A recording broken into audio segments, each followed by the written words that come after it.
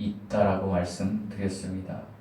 그런데 많은 경우에 우리가 이 땅에서 태어나고 살다가 죽기 때문에 우리는 그저 두 번째 소개해드린 육적 죽음, 성경에서는 첫 번째 사망이라고 하는 거, 우리가 너무 잘 아는 거, 누가 죽었어요 하는 그 죽음, 목숨이 끊어진 거, 그것만을 생각하며 이 땅에서 어떻게 좀 살아보려고 애쓰는 그런 모습이 사람의 모습입니다. 지금 유대인들은 이 육적 죽음, 첫 번째 사망의 한정에서 52절 말씀에서 주님이 51절 말씀에서 내 말을 지키면 영원히 죽지 아니하리라 라고 이야기하시니까 52절에서 바로 이야기합니다. 뭐라고 얘기합니까? 52절 한번 읽어보시겠습니다. 52절입니다. 시작. 유대인들이 이르되 지금이나 신인들을 줄 아노라. 아브라함과 선지자들도 죽었거늘 내 말은 사람이 내 말을 지키면 영원히 죽음을 맛보지 아니하리라. 예수님을 귀신 들렸다라고 이야기합니다. 이들의 입장에서는 그렇게 생각할 수밖에 없습니다. 왜냐하면 둘째 사망에 대한 확신이 없기 때문에 이 땅에서 죽으면 끝이라고 생각하기 때문에 우리의 조상 아브라함과 그리고 우리의 조상들 선지자들 누구입니까? 뭐 이사야나 다니엘이나 예레미야나 수많은 선지자들도 다 어떻게 됐다? 죽었다. 근데 네가 지금 죽는다라고 이야기하지 않는 것은 네가 지금 귀신 들렸기 때문에 헛것을 이야기하는 거 아니야? 라고 이야기하는 것입니다. 그러자 54절과 55절에서 하나님이신 예수님이 이렇게 답변하십니다. 우리 54절 55절을 읽어보시겠습니다. 시작. 예수께서 대답하시되 내가 네게 영광을 돌리면 네 영광이 아무것도 아니거니와 내게 영광을 돌리시는 이는 내 아버지시니 곧 너희가 나를 하나님과 찬양하는 분이시라. 너희는 그를 알지 못하되 나는 아노니 만일 내가 알지 못한다 하면 나도 너희같이 거짓말쟁이가 되리라. 나는 그를 알고 또 그의 말씀을 지키노라. 내 자신이 나에게 영광을 돌리면 영광이 뭐예요? 빛나고 아름다운 영예예요. 사람들은 나 자신이 제가 만약에 이 자리에서 저 자신을 자랑하고 저에게 영광을 돌리면 여러분이 바로 어떻게 마음을 갖겠어요? 반대적인 마음을 가질 거예요. 지 자랑하네 또. 그런 거예요. 예수님 뭐라고 하세요? 예수님 자신에게 영광을 돌리면 그 영광은 아무것도 아니거니와 그렇지만 그렇지 않다. 내게 영광을 돌리시는 이가 있다라는 거예요. 내게 영광을 돌리시는 이가 있는데 너희들이 그토록 아버지로 섬기는 누구다? 하나님. 이 하나님은 성부 하나님. 그러니까 유대인들 입장에서 놀라울 얘기죠. 이 예수님께 영광을 돌리는 존재가 성부 하나님이라고 예수님이 선언하는 거예요. 그리고 이 말이 틀리다라고 한다면 이것은 내가 거짓말쟁이다. 그러나 나는 거짓말쟁이가 아니다. 왜? 나는 아버지 하나님을 알고 그 말씀을 지키기 때문이다라고 주님이 지금 54절과 55절에서 선언하시는 거예요. 이렇게 선언하시기가 쉽지 않아요. 그런데 왜 이렇게 선언하실까요?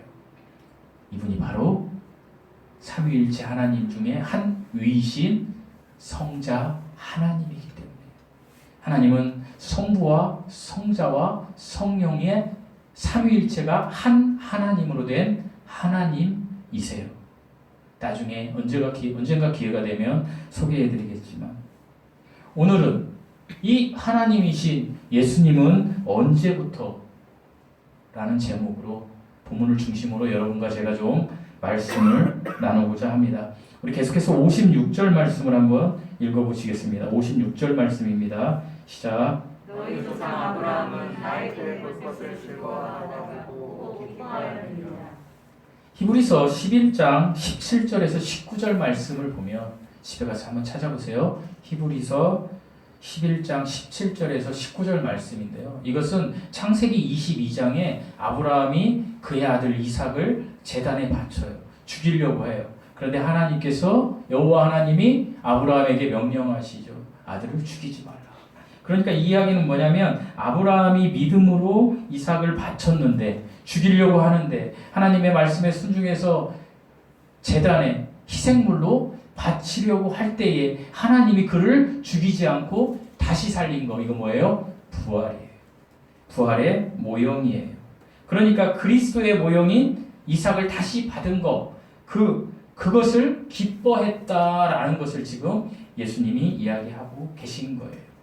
그러자 유대인들이 어떻게 반응합니까? 57절 말씀 읽어보시겠습니다. 57절입니다. 시작. 유대인들이 이르되 내가 아직 50세가 되었는데 아브라함을 보았느냐. 유대인들이 이르되 뭐라고요? 내가 아직 50세도 못 되었는데. 레위기와 신명기서를 보면요, 이스라엘 백성들이 이스라엘 남자로서 전쟁에 나갈 자들, 일할 수 있는 사람들을 이렇게 선별할 때 하나님이 20세에서 50세까지 정하세요. 그러니까 이스라엘 민족에게 있어서 50세 이상은 뭐예요? 노인이에요. 안타깝죠, 집사님. 우리 청년 같은데, 우리는 젊은 것 같은데. 저도 50세가 상당히 확 넘었잖아요. 노인이에요. 우리 박정훈 집사님 청년 같죠? 노인이에요. 이 기준으로. 노인이에요. 성경적으로는. 그러니까 50세라는 건 노인이에요. 그런데 예수님은 실제로 이때 나이가 몇 살이에요? 31살, 32살, 1-2살. 그때였어요. 그러니까 젊은 거죠. 31살 된 사람이 여기 한 명 있어요. 피아노 치던 사람. 한번 보세요. 50세 얼굴인가. 그런데 유대인들이 뭐라고 얘기해요? 네가 50세도 못 되었는데 아브라함을 보았느냐? 라고 이야기하는 거예요. 이 말 뜻은 뭐냐면요, 그러니까 50세면 나이가 많고 경륜이 많고 인생을 많이 살은 사람, 어르신인데 그 정도도 안 된 젊은 녀석이, 이런 싸가지 없는 녀석이, 그런 뜻이에요. 그러니까 젊은 사람을 비하하는 말이에요. 비하해서 네가 50세도 못 되었는데 아브라함을 보았어? 이렇게 이야기한 거예요. 유대인들이. 젊은 녀석이 속된 말로 싸가지 없이 까불어? 이 얘기예요. 그러자 예수님께서 뭐라고 이야기하십니까? 58절입니다. 읽어보시겠습니다. 58절 시작. 예수께서 이르시되 진실로 진실로 너희에게 이르노니 아브라함이 나기 전부터 내가 있느니라 하시니. 하나님의 말씀은 1.1획도 거짓이 없고 정확한데, 그런데 예수님께서요, 하나님께서요, 사람을 통하여 성경을 기록하실 때, 특별히 요한복음에서 이야기하실 때 진실로 진실로를 2번 반복할 경우가 많아요. 그건 무슨 말씀이에요? 그만큼 더 중요하다라는 거예요. 물론 성경 말씀이 다 중요한데 너희에게 더 강조하고 싶어. 이건 알아야 돼. 그런 말이에요. 그런데 오늘 여러분이 읽은 58절에서도 이렇게 나와요. 진실로 진실로 너희에게 이르노니 아브라함이 나기 전부터 내가 있느니라 선언하신 거. 이게 왜 중요해요, 여러분? 다시 한번 읽어보실까요? 58절 시작. 예수께서 이르시되 진실로 진실로 너희에게 이르노니 아브라함이 나기 전부터 내가 있느니라 하시니. 이게 왜 중요하냐면 마지막 구절 때문에 중요해요. 내가 있느니라. 이게 뭐예요? 출애굽기 3장 14절에 모세가 하나님께서 가시떨기에 임재하셨을 때 이스라엘 백성이 저보고 너에게 명령한 이가 누구냐 할 때 내가 뭐라고 얘기해야 돼요? 그러니까 하나님께서 뭐라고요? I am. 제가 계속 말씀드렸죠? 에고 에이미. 나는 나다. I am. 사랑하는 성도 여러분, I am의 주인공은요, 하나님밖에 없는 거예요. 계속 현재인 거예요. 그러니까 하나님은 과거와 미래를 초월하신 분이라는 거예요. 우리가 현재를 이야기할 때 우리 보통 뭐예요? 내가 있잖아, 방금 전에 내가 지금 뭐 했어? 방금 전에 뭐 했어? 그럼 우리는 그거를 현재라고 생각하고 이야기하는 경우가 많이 있잖아요. 그러나 방금과 지금은 과거예요. 여러분이 저를 이렇게 막 이렇게 집중해서 막 쳐다보면서 저 목사 뭐라고 얘기하는지 내 들어야지 하는데 듣는 순간 뭐예요? 계속 과거예요. 그러니까 우리가 이야기하는 건 I am이 될 수가 없어요. 영어로 보면 I was예요. 계속 지나가는 거예요. 그러니까 이 세상에 있는 모든 피조물이 쓸 수 있는 단어가 아니라는 거 I am은. 미래는 쓸 수 있죠. I will. 난 뭐 할 거야. 그러니까 피조물은 I was하고 I will은 쓸 수 있어요. 그러나 I am은 쓸 수가 없는 거예요. 왜? 우리는 시간의 제한을 받고 있는 거예요. 하나님께서 I am, 나는 스스로 존재하는 거다. 나는 자존자이다. 이 말이 왜 중요하냐면 하나님은 시간을 초월하신 분이기 때문에 그래서 중요한 거예요. I am이. 그래서 이 I am을 구약에서는 뭐라고 이야기하셨어요? 여호와. 이 여호와가 누구냐 이거예요. 제가 몇 번 설명해 드렸지만 오늘 다시 설명해 드리려고 해요. 여호와. 여호와는요 히브리어로 Y H W H예요. 이거 한번 읽어보세요. Y H W H. 제가 언젠가 말씀드렸죠. 이거 뭐라고 읽을 것 같아요? 한번 읽어보세요. 야훼. 그렇죠.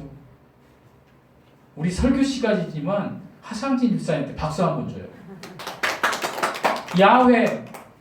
야훼예요.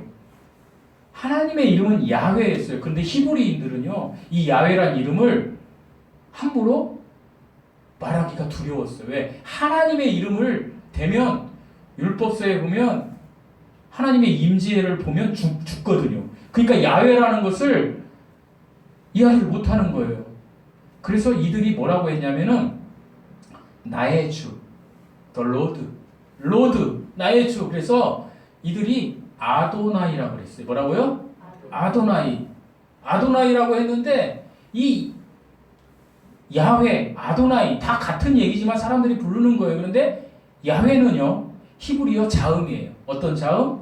Y, H, W, H. 제가 언젠가 성경 공부 시간에 여러분에게 소개했지만 이것을 해석해 보면 나중에 성경 공부를 하게 되면 다시 제가 말씀드리겠지만 그냥 결론을 제가 말씀드릴게요. 제가 예전에 뭐라고 했어요? 그 손에 못자국을 보라. 유튜브 한번 찾아보세요. 그런 거 많아요. 동영상. YHWH 그 손에 못자국을 보라. 이 땅에 살아간 사람 중에 그 손에 못자국을 보라라고 이야기할 수 있는 사람이 누가 있어요? 예수님. 여호와는 예수님인 거예요. 그래서 이 야훼와 아도나이 히브리어 모음이 히브리어 자음인 야훼와 히브리어 모음인 아도나이가 합쳐져서 제노바. 그것을 우리나라 말로 여호와라고 기록한 거예요. 여호와는 그래서 우리 주 예수 그리스도를 이야기하는 거예요. 제가 오늘 이것을 계속해서 얘기하겠지만 제가 이렇게 얘기하면 목사님 그것은 해석이죠. 그러면 제가 성경적으로 여러분에게 한번 이야기해 볼게요. 성경을 찾아서 이사야 우리 한번 찾아볼까요? 찾기 어려우실 텐데 이사야 40장 3절 한번 찾아볼까요? 찾으신 분이 한번 읽어보세요. 이사야 40장 3절. 외치는 자의 소리여 이르되 너희는 광야에서 여호와 길을 예비하라. 사막에서 우리 하나님의 길을 평탄하게 하라. 전도사님이 읽어주셨어요. 제가 예상했던 대로. 우리 다 함께 읽어보세요. 시작. 외치는 자의 소리여 이르되 너희는 광야에서 여호와의 길을 예비하라. 사막에서 우리 하나님의 길을 평탄하게 하라. 이사야는요 구약이에요.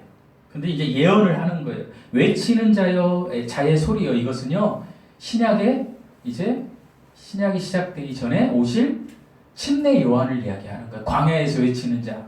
침례 요한이 이제 얘게 외치는 자의 소리여 이르되 너희는 광야에서 누구의 길을 예비하라? 여호와의 길을 예비하라. 침례 요한이 길을 예비한 사람이 사복음서에 보면 누구였어요? 예수님이었어요. 그럼 여기에서 여호와는 누구예요? 예수님이에요. 그리고 그 다음 구절에 나오는 게 뭐예요? 사막에서 우리 하나님의 대로를 평탄하게 해라. 누구의 대로? 그러니까 하나님은 누구예요? 여호와. 그 여호와는 예수님인 거예요. 말라기 3장 1절에서는 더 정확하게 나와 있어요.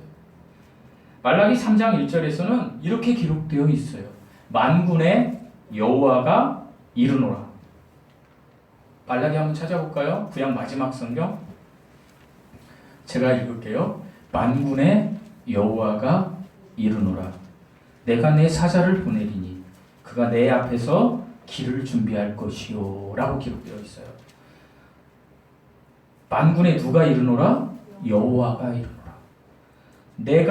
여기 내가 누구예요? 내가 여호와가 내 사자를, 누구의 사자? 여호와의 사자를 보내리니. 여호와의 사자는 침례 요한을 이야기하는 거예요. 그게 마가복음 1장에 기록되어 있어요. 보내리니 그는 누구예요? 침례 요한이에요. 내 앞에서. 이 내는 누구예요? 여호와예요. 쉽죠? 여호와 앞에서 길을 준비할 것이다. 침례 요한이 길을 준비하신 분이 누구예요? 예수님이에요. 구약의 여호와는 우리 주 예수 그리스도 성자 하나님을 이야기하고 계신 거예요. 그렇다면 이 성자 하나님이신 예수님은 언제부터 계셨을까요? 이거 중요해요. 예수님은요, 시간의 영향을 받지 않는 하나님의 보좌 셋째 하늘에 계셨던 분이에요. 바울은 이 셋째 하늘을 고린도후서 12장 1절에서 3절까지 뭐라고 이야기하냐면 낙원이라고 소개해요. 그래서 성경은 뭐라고 얘기하냐면 하늘은 세 개가 있다고 얘기해요. 너희들이 위에서 쳐다보는 하늘, 새가 나르고 비행기가 다니는 첫째 하늘이 있다. 그래서 이 세상의 모든 피조물들은요 다 3으로, 3개로 되어 있어요.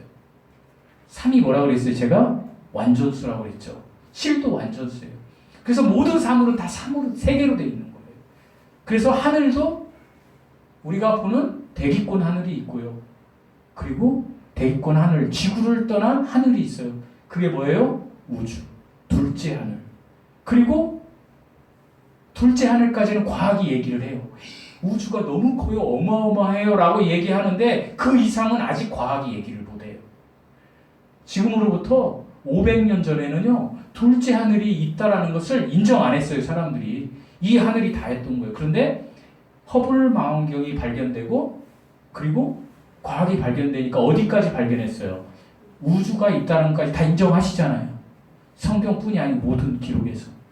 그런데 성경은 500년 전에도 둘째 하늘이 있고 둘째 하늘을 넘어서 북 끝에 셋째 하늘이 있다. 하나님의 보좌가 있다라고 성경은 500년 전에, 1000년 전에도 계속 2000년 전에도 사람들에게 이야기하고 있는 거예요.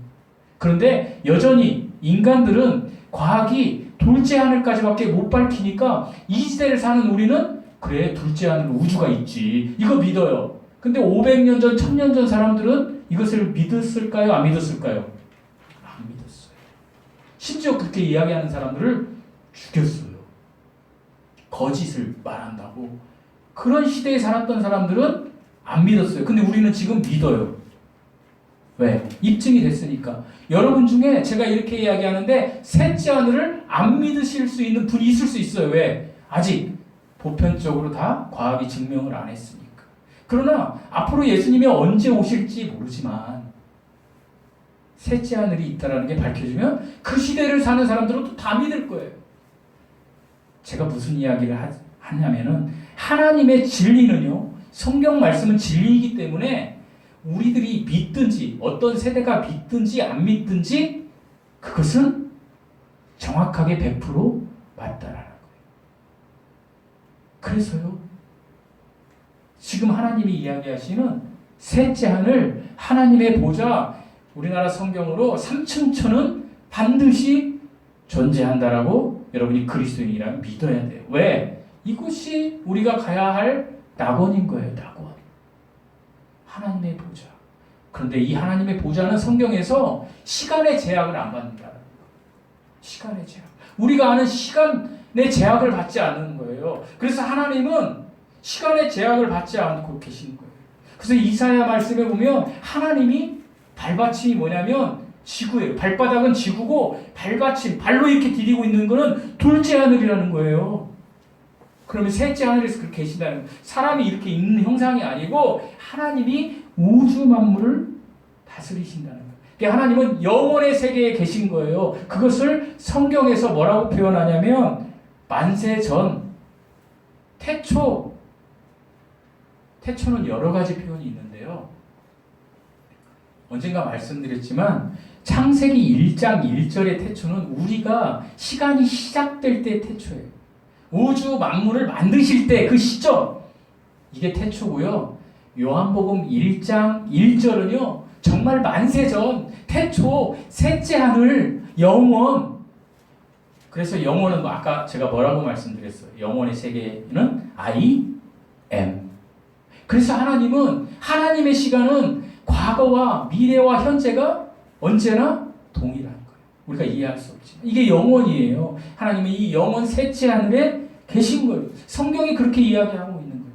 요한복음 1장 1절에 보면 태초에 말씀이 계시니라 이렇게 말씀이 기록되어 있어요. 여기서 태초는 아이온, 헬라어로 영혼을 이야기하는 거예요, 여러분. 엔아르케, 영혼을 이야기하는 거고, 창세기 1장 1절의 태초는 시간이 시작될 즈음에 하나님이 우주 만물을 만드시는 시작을 얘기하는 거예요. 이걸 정확히 알아야 돼요. 그래서 요한복음 1장 1절에 영혼에 뭐가 계셨어요? 태초에 말씀이 계시니라. 영혼에 무엇이 계셨다는 얘기예요? 말씀이라는 이름을 가진 분이 계셨다라는 거예요, 여러분. 이것은요, 제가 이렇게 말로 이야기하는 말씀이 아니에요. 이것은요, 왜 말씀으로 기록을 했냐면, 예수님 당시에 요한이 이 성경을 쓸 때 사람들한테 로고스라고 하는 그 말씀은 특별히 그리스 철학자들, 헬라 철학자들한테는요, 이제 헬라를 그리스라고 하거든요. 헬라 철학자들한테는 이해가 되는 거예요. 플라톤이 이데아론을 얘기할 때 말씀하면 그분이 신인 거예요. 그래서 말씀으로 기록한 거예요. 그러니까 영혼에 누가 계셨어요? 말씀이라는 이름을 가진 분이 계셨다는 거예요. 이해했어요, 여기까지? 태초에 말씀이 계시니라 이 뜻이. 근데 그 말씀이 하나님과 함께 계셨대요. 제가 지금 요한복음 1장 1절을 이야기하는 거예요. 그럼 그 하나님은 누구예요? 성부 하나님을 이야기하는 거예요. 말씀이라는 이름을 가진 분이 성부 하나님과 함께 계셨으니 그 다음에 나오는 것이 이 말씀이 곧 하나님이시니라. 이렇게 기록되어 있어요. 요한복음 1장 1절에. 그러니까 말씀도 하나님이라는 거예요. 그러면 이 하나님은 우리가 아는 어떤 하나님이냐? 요한복음 1장 14절에 보면 저만 쳐다보고 있으니까 1장 14절 한번 찾아볼게요. 요한복음 1장 14절.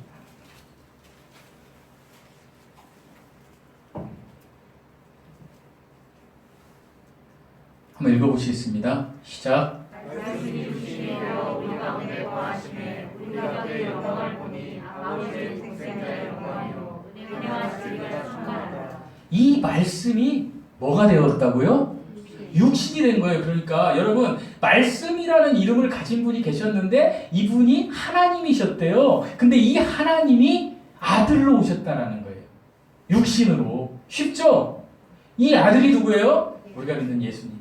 예수님은 여호와이시고 하나님이시에요. 한 위이신 성자 하나님이시. 말씀이 육신이 되어 우리 가운데 거하심에 무슨 영광? 독생자의 영광. 그러니까 하나님은 뭐예요? 뒤에 한번 읽어보세요. 하나님은 영이세요. 그래서 어디든지 계신 하나님은 영이신데요. 하나님이 영이신데 하나님의 한 위는 말씀이란 이름으로 존재하셨고 그분이 2000년 전에 어떻게 왔다? 육신으로 오셨다라는 거예요. 구약에서는 말씀으로 존재하셨던 그 여호와께서. 그분이 누구예요? 예수님이에요. 그래서 예수님은 하나님이신 거예요. 그래서 독생자의 영광은 아들을 통해서만 하나님을 우리가 볼 수 있다는 거예요. 우리는 하나님을 볼 수가 없어요. 영이시기 때문에. 근데 하나님께서 은혜를 주신 거예요. 어떤 은혜? 하나님을 볼 수 있는 은혜. 그분이 누구예요? 육신으로 오신 하나님, 예수님이라는 얘기예요. 그래서 예수님은 언제부터 계셨어요? 영원 전부터 계셨고 시간 밖에 계신 거예요. 그분이 시간 안으로 들어온 거예요. 사랑하는 성도 여러분, 저는 여러분을 구원할 수가 없습니다. 제가 여러분이 수억을 가져와도 저는 여러분을 구원해 줄 수가 없어요. 왜요? 저는 시간 안에 있어요. 여러분과 같이. 시간 안에 있는 어떤 피조물도 구원할 수 없어요. 우리를. 그런데 유일하게 그러면 누가 구원할 수 있어요? 시간 밖에 있는 존재가 우리를 구원할 수 있는 거예요. 그분이 하나님이시고 그분이 예수님이시고 시간 밖에 있다가 시간 안으로 2000년 전에 이 땅에 오신 분 예수님. 그 예수님의 이야기를 기록한 책이 성경이에요. 그래서 우리는 이 예수님을 믿어야 구원받을 수 있는 거예요. 저는 29살 때 예수님을 인격적으로 만났어요. 예수님을 만나지 못한 채 엄청나게 종교생활을 열심히 했어요. 제가 종교생활을 너무 열심히 하니까 그 종교생활 때문에 우리 저기 앉아있는 사모가 반해가지고 결혼했어요.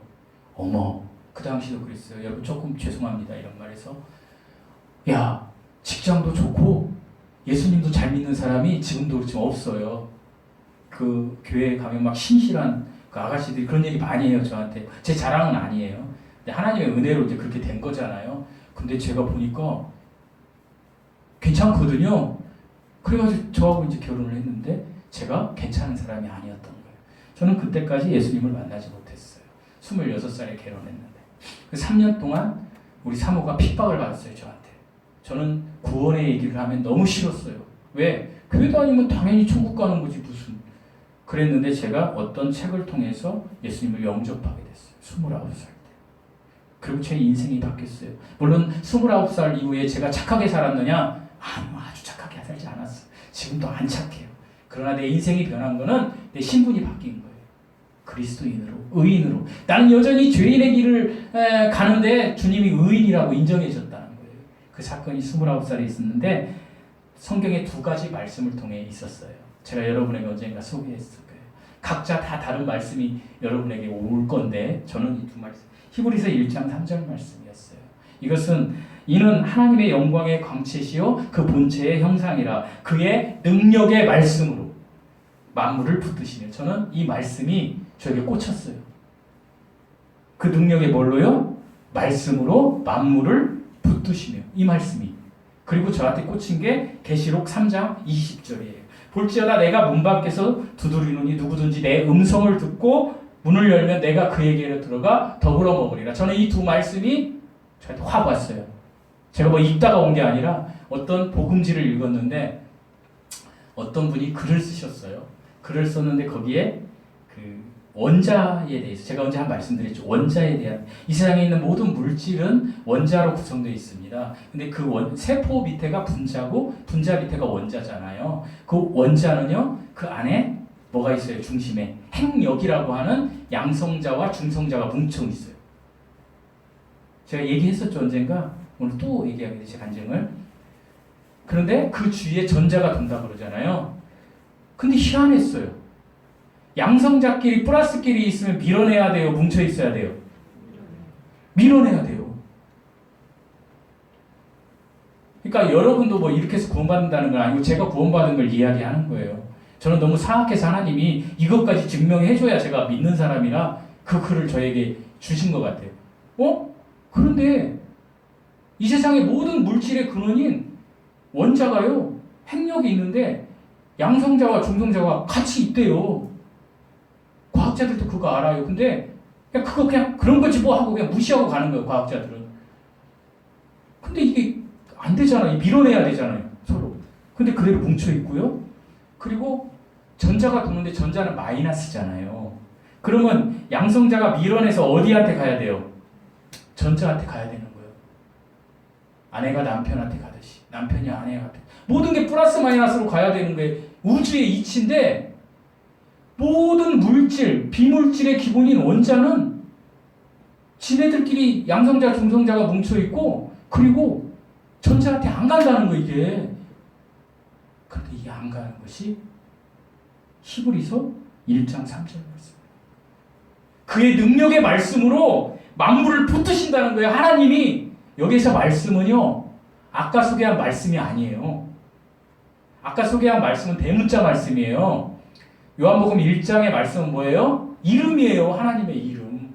그런데 이 말씀은요, 아들로 오신 예수님의 저처럼 이야기하는 말씀이에요. 가라사대 이르시니 입의 기운으로 그분이 지금 잡고 있는 거예요. 모든 에너지를. 누가? 창조주 하나님이신 예수 그리스도가. 그러니까 이게 유지가 되는 거예요. 제가 그걸 딱 보면서 하나님은 살아계시구나 라는 거를 인정하고 제 죄를 회개하니까 가슴에 확 오는 거예요. 믿음이. 이게 제 간증이었어요. 사랑하는 성도 여러분, 하나님은 우주를 운행하시는 분이시고 이분이 말씀이셨던 분이 육신을 입고 이 땅에 오셨고 이분은 언제부터 계셨다? 시간 밖에 영원부터 계시고 지금도 계시고. 우리 이 땅에 살다가 죽으면 슬프죠. 저도 슬플 거예요. 사랑하는 사람들하고 헤어지면. 세상에 성도 한 명이 교회를 안 나와도 슬프더라고요. 옛날에는 목사님들의 마음을 몰랐는데 제가 너무 잘 알 것 같아요. 이제는. 그러니까 모든 사람은 죽음을 왜 두려워하냐면 이별이기 때문이에요. 이 땅에서 볼 수가 없거든요. 시간 안에 살기 때문에. 그런데 하나님은 너희들에게 있어서 더 큰 이별이 있다. 그것은 하나님과의 이별이라는 거예요. 하나님이 이 땅에서 우리를 살게 해주신 것은 반드시 셋째 하늘 시간 밖에서 영혼을 다스리시고 우리를 다스리시는 하나님을 만나야 된다. 그래서 요한복음에 주님은 계속해서 위에서 난 것으로 이야기하시는 거고 유대인들은 밑에서 난 것으로 이야기하는 거. 관점이 다른 거죠.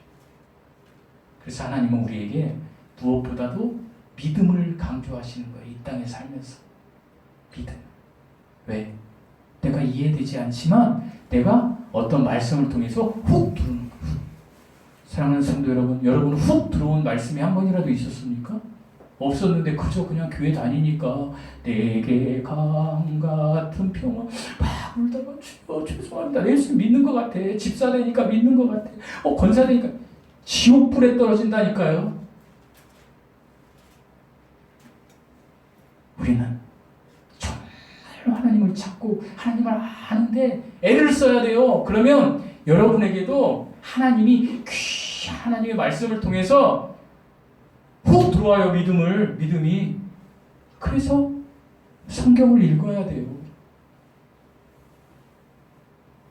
너무 경직되어 계시니까 재밌는 얘기 하나 하자면 어떤 사람이 하나님 저 이번 주간은 복권이 한 장 로또 복권이 돼서 50억만 있으면 제가 이것도 하나님 이렇게 막 해놓고 로또는 안 사.